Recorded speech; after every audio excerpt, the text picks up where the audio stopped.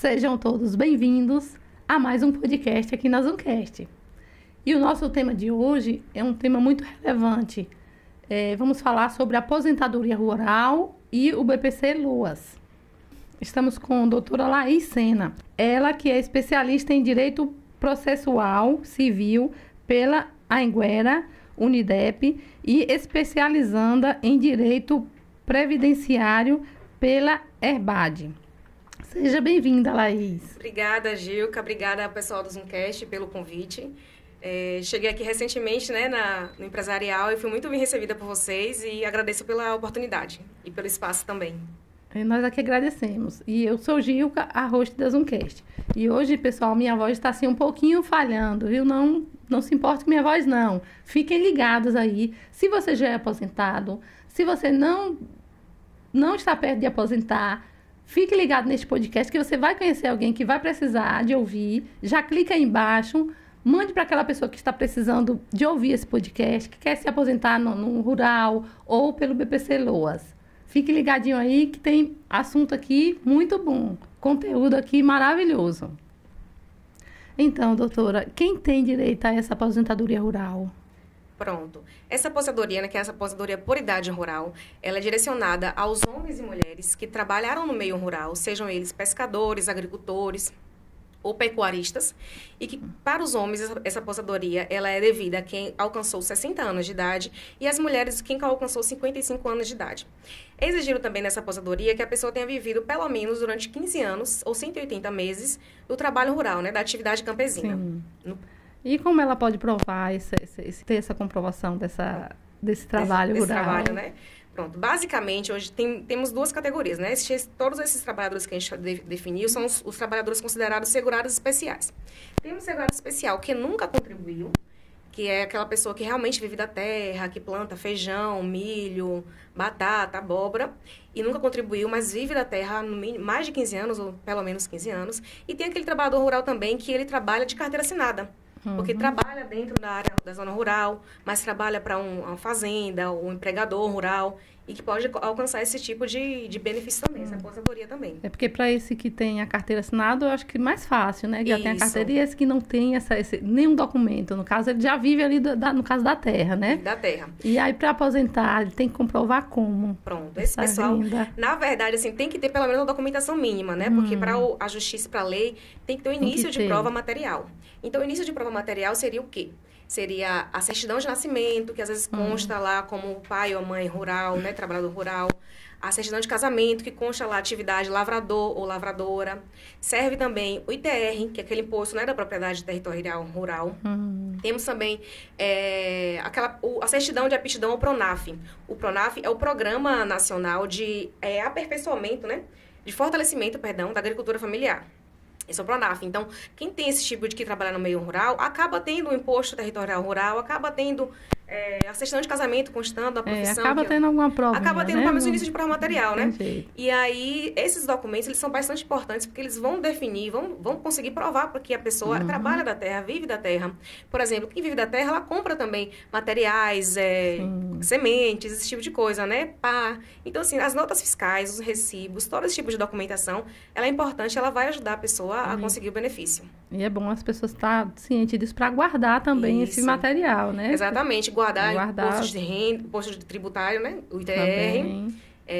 Guardar a certidão de casamento, certidão de nascimento dos filhos, também constando a profissão dos pais, é importante. Se a pessoa vive, por exemplo, numa terra emprestada, fazer um contrato de comodato. Comodato é o quê? O empréstimo da terra, para que seja reconhecido em cartório, porque reconhecimento em cartório ele é fundamental para que seja válido como início de prova material. É aquela coisa que a pessoa dá de meia, Tipo assim, a palavra mais... Exatamente, assim, deu de meia, mas emprestou, tem que fazer esse contrato. Emprestou, isso. Então, o contrato de comodato, ele é bastante importante por isso, Porque tá sabendo que aquela terra não é da pessoa, mas ela tem um pedacinho da terra ali que ela vive, que ela trabalha planta. Dali, vive dali. Exatamente, vive dali. O registro no cartório ele é fundamental para provar. Além disso, temos também as testemunhas, Sim. Se você vive no local, que você trabalha com o pessoal, às vezes troca produtos, e a pessoa também é lavradora, a testemunha também serve de prova para ajudar na concessão do benefício. Certo. Quem nunca contribuiu no INSS? No caso, a gente está falando disso aí, Desse pessoal que nunca contribuiu. Para quem contribui no INSS, é mais prático. Isso. Né? Chega lá e já não tem nenhuma dificuldade. Uhum. Quem nunca contribuiu é basicamente essa história que a gente conversou agora, né? Sim. Quem nunca contribuiu tem que guardar esses documentos, guardar o imposto, o ITR, guardar a Pronaf, guardar contrato de comodato. A certidão eleitoral também, constando a sua profissão como lavrador, vai ajudar. Então, quem nunca contribuiu, mas vive da terra, pelo menos por 15 anos, tem esses documentos, tem as notas fiscais de compra, tem, às vezes, inclusive, é associado a sindicatos de trabalhadores rurais. Já ajuda, tudo isso ajuda para você conseguir o seu benefício lá na frente. Certo. E para dar essa entrada na Previdência, como é que pode fazer? Como é que faz? Hoje em dia, tá tudo muito sistematizado, né? Hoje em dia, as pessoas já têm... Algumas pessoas têm acesso ao sistema do INSS, que é o chamado Meu INSS. É um aplicativo que as pessoas baixam e, às vezes, dão entrada sozinho e tudo. Mas o que é que eu aconselho? É sempre importante você procurar um profissional especializado, porque ele vai saber direcionar você exatamente com as datas corretas para você dar entrada no benefício. Então, o primeiro passo é sempre procurar um profissional da área, né?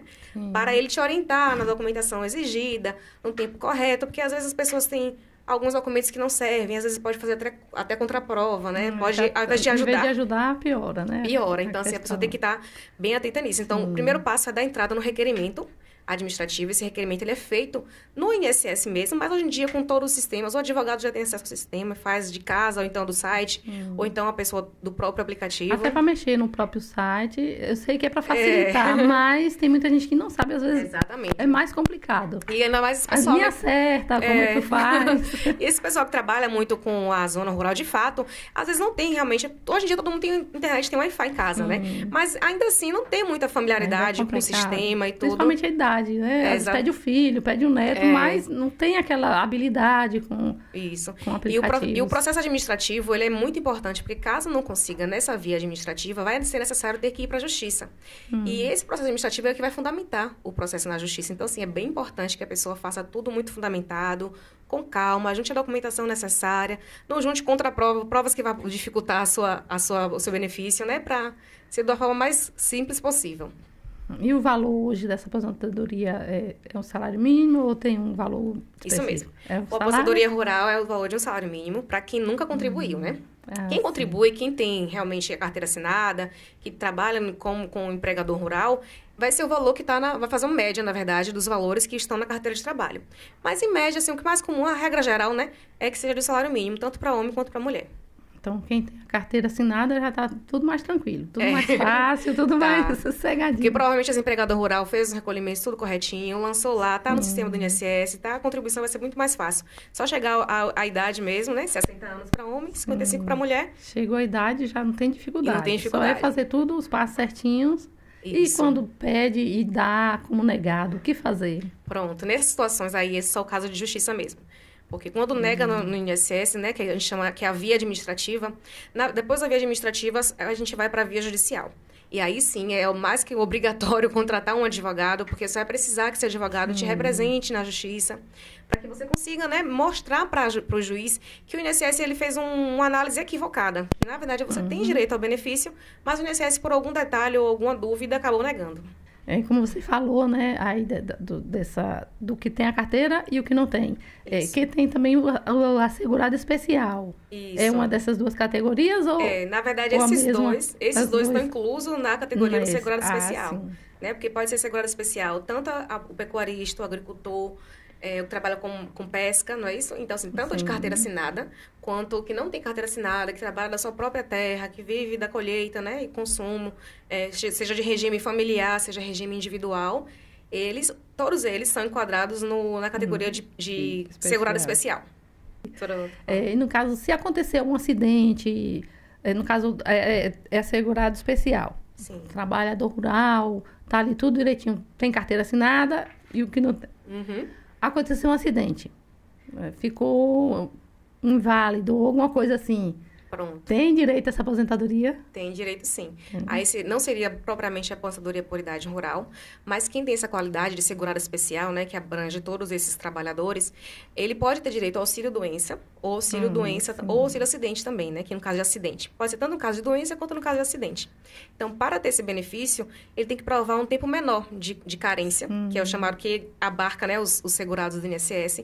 Para a aposentadoria por idade, eu falei 180 meses, 15 anos, né? Sim. No caso de auxílio-doença, por exemplo, ou auxílio-acidente, ou auxílio-doença acidentário, a pessoa tem que ter pelo menos 12 meses comprovados de atividade rural, seja na carteira de trabalho, seja com os documentos rurais provando que ela vive da terra. Vivia então, na terra e aconteceu, vamos supor, com uma enxada, alguma coisa, deu um problema. Tanto auxílio-doença, isso. O período de 12 meses de carência, né, é válido tanto para auxílio-doença, que depois da reforma passou a se chamar de auxílio por incapacidade temporária, quanto para a aposentadoria por invalidez, né, que após a reforma passou a se chamar aposentadoria por incapacidade definitiva. Sim. É porque às vezes a pessoa não sabe, né? Isso é importante. Se ela tem direito, né? Tem direito ou não, né? Exatamente. E isso a pessoa ser cometida por uma doença é um caso fortuito, assim, né? E gravidez, no caso que você tem aqui a carteira, quem trabalha também tem direito. Tem direito também. Mas se ela não for carteira assinada e trabalha ela com o marido, ela tem direito? Também tem direito. Aí o tempo de carência, né, é um tempo um pouquinho menor. No caso, são 10 meses. Só da gravidez. Da gravidez, né? Então, 10 meses anteriores ao parto, ela tem que comprovar que ela vive da terra com o marido. Sim. Seja ela de regime individual ou regime familiar, porque tem essas duas distinções, né? A pessoa pode viver da terra em regime individual, que ela trabalha de forma sozinha mesmo, trabalhando, plantando, colhendo, enfim, como regime de economia familiar, que normalmente é como você falou, né? Que é uma mulher com o marido, às vezes até os filhos ajudam, os filhos pequenos e adolescentes começam a ajudar, né? Desde cedo a trabalhar. Então, tem direito sim, tanto ao auxílio-doença quanto a aposentadoria por invalidez, salário e maternidade. Só é necessário comprovar, para quem não contribuiu, quem não tem carteira assinada, comprovar esse tempo de atividade, né? Você não esquecer os documentos, certidão de casamento, contrato de comodato, PRONAF, inscrição no CAR, e tudo isso ajuda. Certo. Então, para quem não sabe aí, vai pegando as dicas, gente. E se você sabe de alguém, manda esse vídeo para a pessoa, clica aí embaixo, compartilhar, que é para ajudar outras pessoas, que a gente pode ajudar. Né? É verdade. E o conhecimento nunca é demais. Então, assim, às vezes a pessoa não está sabendo aqui, mas aí outra pessoa já precisa. Tá precisando, né? E aí já pode ajudar nesse sentido, né? E no caso, rural e urbana. Trabalha aqui na rural, mas aí foi morar na cidade, aí começou a trabalhar na cidade também. Sim. Como é que é essa aposentadoria? Pode acumular 2 aposentadorias ou tem que ser uma... Pronto. Combinado aí os dois trabalhos. Ótima pergunta. Na verdade, nós temos 2 respostas para essa situação. Porque se a pessoa... Nós estamos falando aqui do regime geral de previdência social, né? Aquele que é regido pelo governo, que o pessoal conhece, pelo INSS, tudo direitinho. Então, assim, se a pessoa trabalha no meio rural e trabalha no meio urbano, também no regime geral, ela pode somar os 2 tempos de contribuição e aposentar pela chamada aposentadoria híbrida. Já ouvi falar desse essa aposentadoria híbrida, né? Então, essa aposentadoria híbrida, ela vai ser um pouco diferente, por quê? Porque a idade do homem e da mulher já passa a aumentar um pouco. Depois da reforma da Previdência, especialmente, né? A idade para a mulher aposentar por idade rural são de 55 anos. Mas para a híbrida, passa a ser o mesmo tempo, mesma idade da aposentadoria urbana, que são 62 anos. E por que tem essa diferença assim, de idade rural e urbana? Pronto. Basicamente porque o trabalhador rural, ele é mais exposto às intempéries mesmo, né? A sol, né? Exatamente. O trabalho braçal, que é mais... Desgasta mais a pessoa. Exatamente. É um desgaste muito maior do que um trabalhador urbano. Então, ao trabalhador rural, tem essa benesse, né? De diminuir um pouquinho o tempo dos anos para poder aposentar um pouco mais cedo. E no caso dos homens, né, dessa aposentadoria híbrida, não seria mais 60 anos. 60 anos seria para o rural. Mas a híbrida passa a ser 65 anos. E aumenta também o tempo de contribuição, ou tempo de atividade comprovada, que seriam 15 anos para rural. Na urbana passa a ser 20 anos. Aí, no caso, ele não pode aposentar pela rural, se ele está trabalhando na urbana. Se está trabalhando na urbana, mas tem tempo rural? Ou só urbano? Não, ele tem tempo rural. Sim. Trabalhou ali 7 anos no rural. Pronto. E, vamos supor, 8 anos no urbano. Vamos aumentar um pouquinho no urbano. Ele pode aposentar pelo rural, por causa para diminuir a idade? 55? Não, como ele tem 7 anos rural e 8 urbano, o que a gente pode fazer é somar. E aí, somando esse tempo, a gente consegue a híbrida, né? Que é a mistura dos dois. Assim. A urbana com a rural. Mas aí também não seria só 15 anos, porque agora, depois da reforma da Previdência, né, em 2019, passa a ser 20 anos para o homem e 15 anos para a mulher. Então, a híbrida não daria. Tem mais alguma novidade, assim, de coisa nova no INSS? Você queira passar? Sim. Tem alguma novidade? Nós temos, porque hoje em dia, depois a emenda da Constitucional 103 de 2019 foi que instituiu, né, a reforma da Previdência. Então, essa reforma ela trouxe alguns ajustes. E foi justamente a questão da idade. A idade, acho que foi o que mais chocou, assim, principalmente para a zona, para o urbano mesmo. E para rural, permaneceu 55 anos para mulher, 60 anos para homem. Mas, quando se trata de híbrida, antigamente a híbrida, você conseguia aposentar a híbrida com idade menor também. Entendeu? Aí, 60 anos para a mulher já aposentava. Hoje em dia, não, 62 anos. Antigamente, os homens continuavam com 65 anos. Mas para o homem dificultou um pouco mais, porque dos 15 anos de tempo de lida campesina, passou a ser 20. Então, nesse quesito da aposentadoria urbana, da rural, foi a que mais modificou mesmo. E as maiores novidades foram justamente essas, da idade e do tempo de contribuição.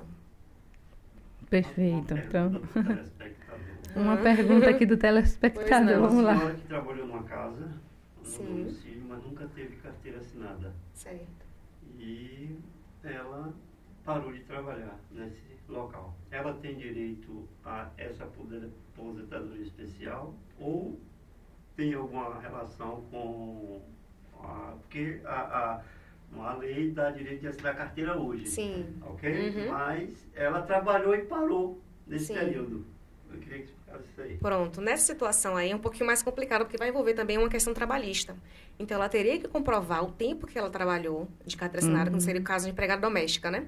Para ela conseguir ter esse registro na carteira dela e esse tempo ser utilizado para aposentadoria. Porque só dizer que trabalhou sem ter a contribuição não tem como, né? Porque ela não, se fosse rural, tem que ter a prova. Se ela fosse rural, ela tivesse documentos rurais, como a gente já falou no início, aí a gente conseguiria tentar a aposentadoria para ela. Mas no caso dela, como é empregada doméstica ela é da categoria de urbano. Então, urbano precisaria de um registro na carteira, de um reconhecimento. Primeiro contrato, alguma coisa. Exatamente. Né? Então, teria que ter uma sentença trabalhista para você juntar no processo da aposentadoria e ela conseguir esse benefício para ela.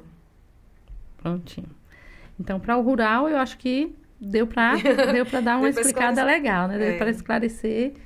E vamos mudar agora para o BPC Loas. Sim. Antes de mudar para o BPC Loas, eu vou agradecer aqui aos nossos parceiros, aos nossos colaboradores. Meu muito obrigado que vocês estão com a gente aqui na Zoncast, que é a Só Pássaros Pet Shop, o Grupo Real de Itaberaba, Produtos Donano Atacado e a Elegância.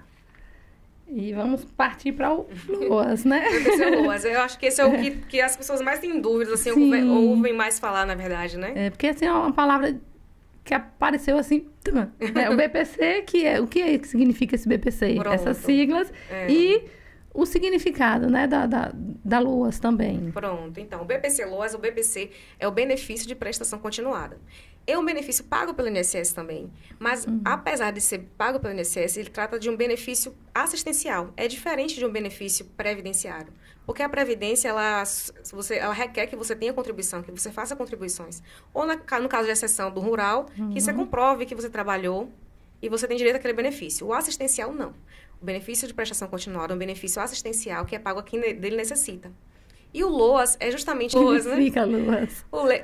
Na verdade, o LOAS é a lei que institui esse benefício, né? Que é a Lei Orgânica da Assistência Social. Então, o LOAS, o BPC LOAS é essa lei, né? Então, se popularizou, assim, chamar de LOAS. O pessoal chama muito LOAS. Que as pessoas têm muita dúvida, né? Desse benefício continuado. Vamos supor, continuado. Fez ali o benefício, ele não precisa mais fazer aquele negócio de perícia, fazer cadastro novamente, ou precisa? Precisa, né? Precisa. O LOAS, na verdade, ele é definido a duas pessoas, né? Há dois tipos de beneficiários, que é o idoso, de 65 anos ou mais, e ao deficiente, né? Então, nós temos o benefício de prestação continuada ao deficiente e o benefício de prestação continuada ao idoso. Esse benefício é preciso comprovar dois requisitos, né? O idoso, o primeiro requisito é a idade, 65 anos. E o segundo requisito, no caso de idoso, é a questão socioeconômica, né? Que ele não tem como ter mantido a sua sustentação e nem ter suprida pela sua família. Mas tem a do idoso pelo INSS também. Tanto os dois pelo INSS, tanto o idoso quanto o deficiente. Não, o deficiente e idoso pelo INSS e o LOAS, ele é pelo INSS? Sim, também. O BPC LOAS é um só. É um só. Porque uns chamam BPC, outros chamam LOAS, né? Certo. Mas a gente costuma chamar de BPC LOAS, é um só. Então, tanto o deficiente quanto o idoso, ele é pago pelo INSS. E o deficiente, ele tem que comprovar a deficiência, né? Que ela pode ser de natureza física, mental, intelectual, sensorial, de longo prazo.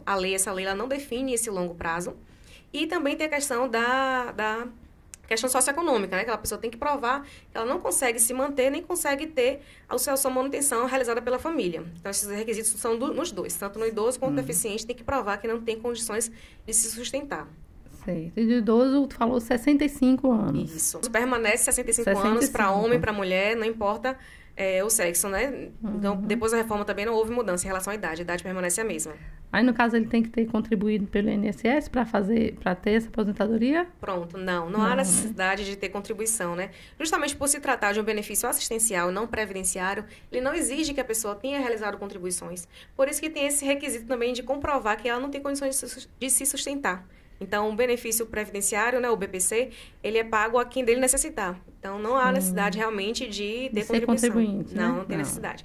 Apesar de algumas pessoas já terem contribuído ao longo da vida, parou e ficou muito tempo sem a qualidade de segurado, e ele pode também ter direito ao BPC, né? Porque ele realmente já não tem muitos anos sem contribuir e está necessitando também dessa ajuda, né? Desse auxílio. Certo. E no caso, como funciona a concessão para o deficiente? Pronto.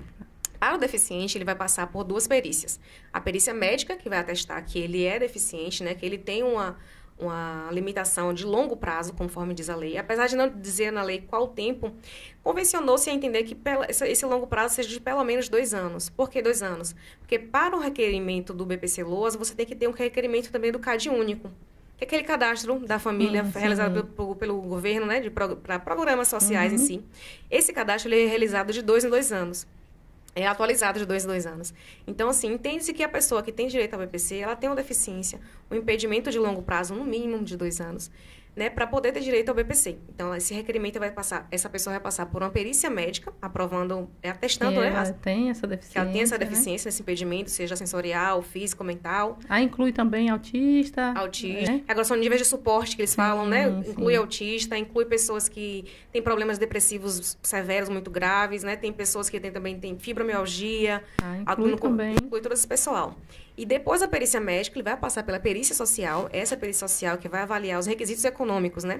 Se ele se enquadra nos requisitos que diz a lei. Porque às vezes ele pode ter o problema, vamos supor, tem a fibromialgia, mas ele tem uma condição de se sustentar, né? De se sustentar e de tratar a doença. Aí não entra. Não entra. E esse requisito socioeconômico é o mesmo tanto para o idoso quanto para o deficiente. Regra geral, é provar que ele recebe inferior a 1/4 do salário mínimo. Tem que ter esse 1/4 do salário mínimo. Isso. Por exemplo, hoje o salário mínimo é R$ 1.412. Então, a pessoa tem que receber menos que R$ 353. Para ela conseguir esse benefício. Exatamente. Mas se ela já tiver a idade, 65 anos... ela pode aposentar? Então, uma diferença que a gente também tem que saber é que o BPC ele não é uma aposentadoria. Ele é um benefício assistencial. Muitas pessoas falam, né? Eu aposentei pelo BPC, mas na verdade não é uma aposentadoria. Tanto é que as pessoas não precisam contribuir. Quem tem contribuição, ela tem direito já vai na contribuição, já vai pelo outro lado, né? Por outra exatamente. Aposentadoria. Então, ela tem que provar que ela não tem renda nenhuma, ou então que a renda da família dela ela seja inferior a 1/4 do salário mínimo, entendeu? Que ela não consiga realmente se sustentar, nem ter a ajuda dos familiares, amigos, para conseguir a sustentação.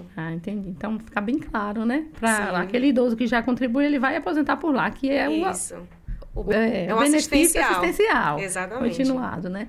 Aí, no caso, chegou na idade, tem que ter também essa comprovação, né? Da renda. Exatamente. Então, ao chegar aos 65 anos, se ele não tiver, o idoso, né, idosa, que não tiver como ter realmente o sustento renda, provido, né? Isso.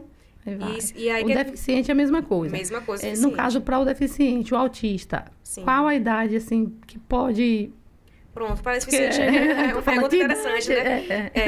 Ao deficiente não é exigido nenhum faixa etária. Então, assim, se o idoso... Tem a comprovação, pronto. Se nasceu com a deficiência e a família não tem condições, às vezes bebê, criança, a gente tem muito caso, assim, né? De crianças que têm autismo, principalmente hoje em dia, que hoje em dia está sendo mais diagnosticado, né? Mais fácil. Sim. Então, essas crianças, elas têm direito, sim. Elas serão representadas pelos seus pais e elas não têm direito ao BPC. Porque a família, por exemplo, não tem... O pai e a mãe não trabalham. Às vezes a pessoa precisa ficar... Toma conta. Exatamente. A mãe, às vezes, não pode nem trabalhar. Porque ela precisa cuidar da criança, né? E quem vai cuidar da criança e quem vai sustentar a casa. Então, eles têm direito, sim, ao benefício. Mas o BPC Loas, ele pode ser acumulado com outro benefício? Não, não pode ser acumulado, porque justamente é uma ajuda, né? Um benefício que ele é assistencial, então ele não, por exemplo, quem tem pensão por morte, essa mesma pessoa não pode receber BPC Loas, quem recebe aposentadoria. Então, vamos mudar. Vamos botar a esposa e o marido, né? Porque tem que olhar a família. Família, exatamente. Então, vamos supor, a esposa precisa de receber porque tem um filho autista, ela não trabalha. Esse pai, ele pode ter uma aposentadoria também? Pronto. Convencionou-se que se for, por acaso esse pai for um idoso e receba até um salário mínimo, uma aposentadoria de até um salário mínimo, esse valor de um salário mínimo ele não entraria no cômputo da renda dessa família e aí o filho deles teria direito ao BPC. Também tem uma exceção nessa lei, né, da LOAS, que o pessoal chama LOAS, porque a regra geral é que seja 1/4 de salário mínimo, inferior a 1/4. Mas se você provar que, na verdade, a família precisa de muito mais gastos, essa regra de 1/4 ela pode ser excepcionada por meio salário mínimo. Então, às vezes, assim, melhora, né? já melhora. Por exemplo, temos esse exemplo que você falou, são 3 pessoas dentro da casa, né? 3 pessoas cadastradas. Então, o pai que recebe um salário mínimo, mais 2 pessoas. Dividindo esse valor por 3, daria o quê? 1/3 do salário mínimo, inferior a meio salário mínimo. Então, eles chegariam a provar que, por exemplo, gastos com medicamento, com alimentação especial, com fralda, eles provariam esses gastos, isso, do dia a dia mesmo, né? Até assim, paga aluguel, e aí tem que pagar médico, aí tem que pagar transporte para levar no médico, esse tipo de coisa, porque normalmente, às vezes, também o tratamento, ele não é disponibilizado pelo SUS. Então, a pessoa tem que ter esse gasto. Então, essa renda seria muito inferior, né? De um salário mínimo para 3 pessoas, para conseguir prover o sustento dessa criança que teria autismo. Aí, nesse caso, seria excepcionada essa possibilidade de conceder o benefício de prestação continuada a esse menor. Ah, sim. E, no caso, quem trabalha fazendo bico, vamos supor, tem a pessoa, ele vende na carrinho de mão, ele vende as coisinhas dele. Certo. Ele pode buscar esse benefício? Bom, na verdade, se ele está trabalhando, entende-se que ele, na verdade, ele seria autônomo. Aí ele teria que contribuir de forma... Até alguma contribuição. Ter alguma contribuição para o INSS. E aí, se por acaso ele ficar doente, ele tem direito ao auxílio-doença ou chegar lá na frente e aposentar. Porque o BPC é justamente para quem não tem condições. Então, se a pessoa está trabalhando, né? Para não ter condição nenhuma. 1/3, né, do salário é bem pouquinho. Um quarto. Então, se ele estaria, supostamente, se ele estaria trabalhando de carrinho de mão e tudo, então ele está conseguindo se movimentar, então ele não vai ser enquadrado como deficiente.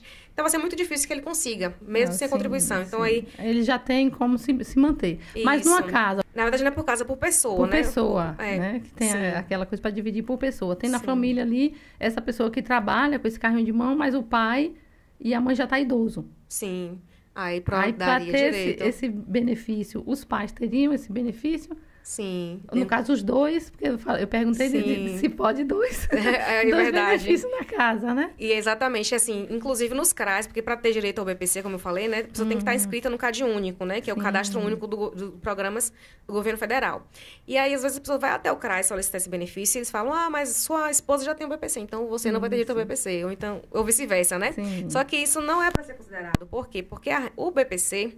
dentro da composição familiar, ele não entra no cômputo da renda. Então, é como se aquela casa não tivesse renda nenhuma, entendeu? Ou então só tivesse renda informal. Os dois idosos têm o benefício? Teria direito, sim. Tanto o homem quanto a mulher, sendo idoso, comprovando que eles não têm o meio de sustento, que não consegue sustentar sozinho, que não consegue ter o sustento da família, pode sim. Inclusive, a gente consegue isso, é derrubado na justiça, especialmente. Às vezes, no meio administrativo, na via administrativa, a gente não consegue, porque o INSS, às vezes, tem realmente muito fechado em relação a isso, né? Tem um exemplo do INSS, assim, a pessoa muito próxima da gente, o esposo pagava o INSS, se aposentou.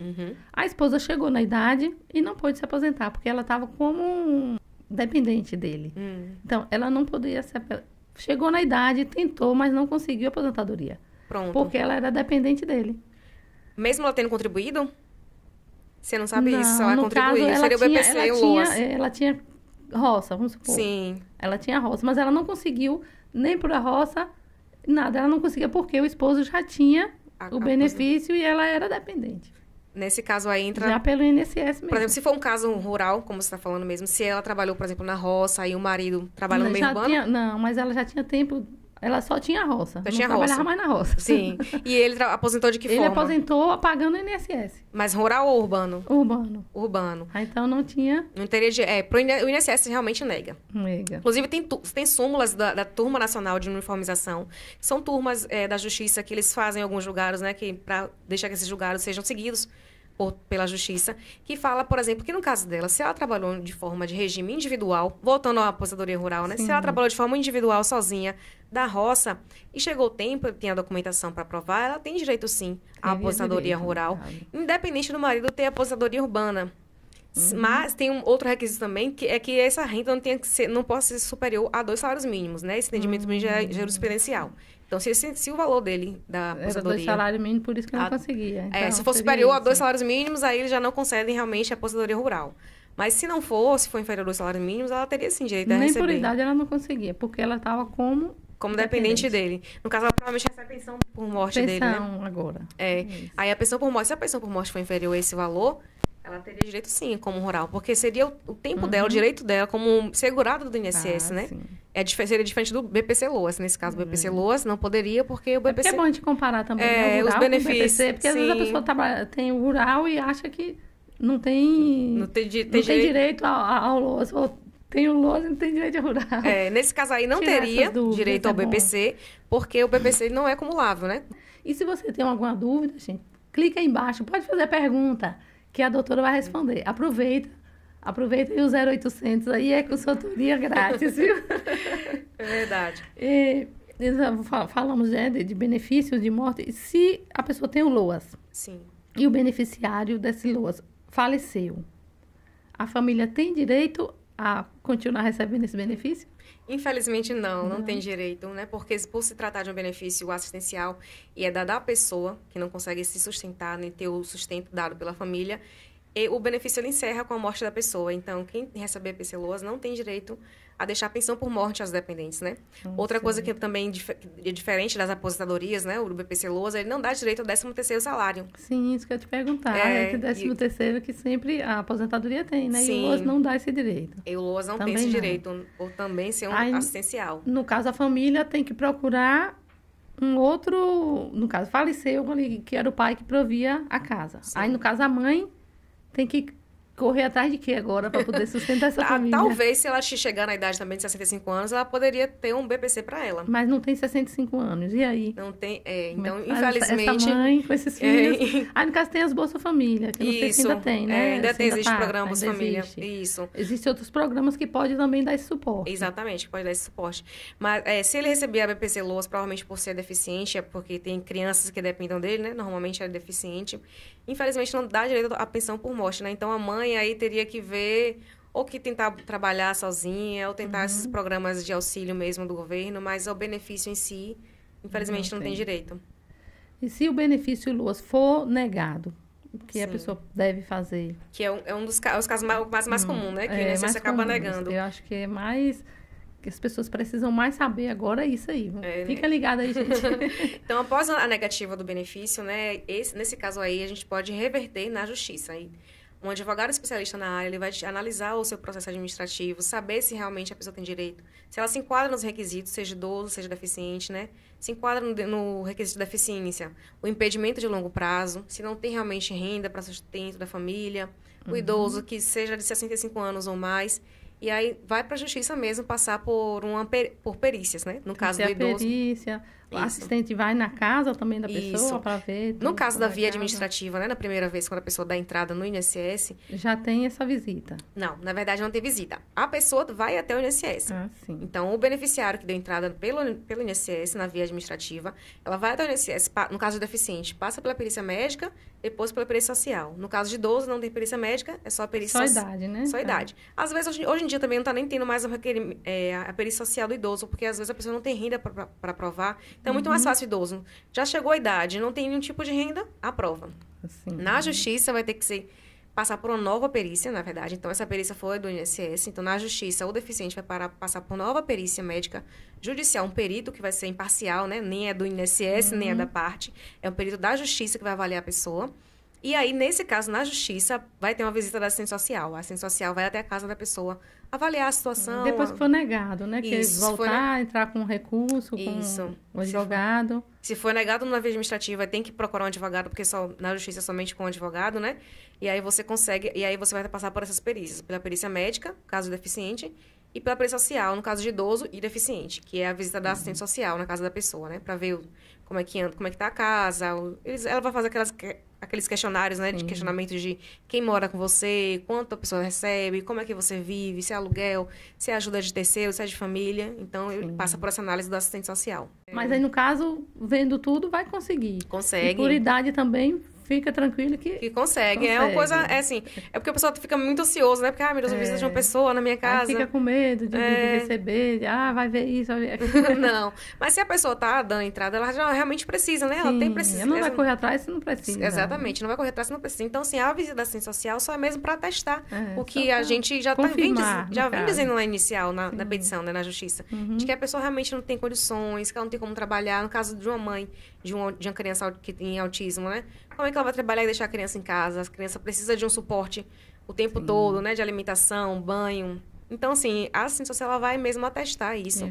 E demonstrar no processo que o INSS ele se equivocou na decisão, né? Que ele realmente tem direito ao benefício e o juiz, de acordo com essas perícias, ele vai decidir. Normalmente, ele sentencia, assim, procedente. Pois é. Então, eu acho que deu para entender direitinho. As pessoas... Deu para... entender. E quem tiver dúvida, pode perguntar, que a doutora ela vai responder. A gente quer agradecer. Obrigada a vocês. Por esses esclarecimentos aqui. Tem essas dúvidas, tem a dificuldade de buscar isso aí. Às vezes tem dificuldade de ter acesso às informações, né?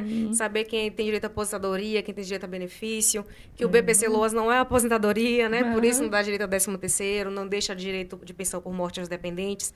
Já a aposentadoria rural, por idade, já é diferente, dá direito ao 13º, deixa direito de pensão por morte aos dependentes. Então, tem essas diferenciações que normalmente são benefícios que são de mesmos valores, né? Porque o BPC Loas também é um salário mínimo.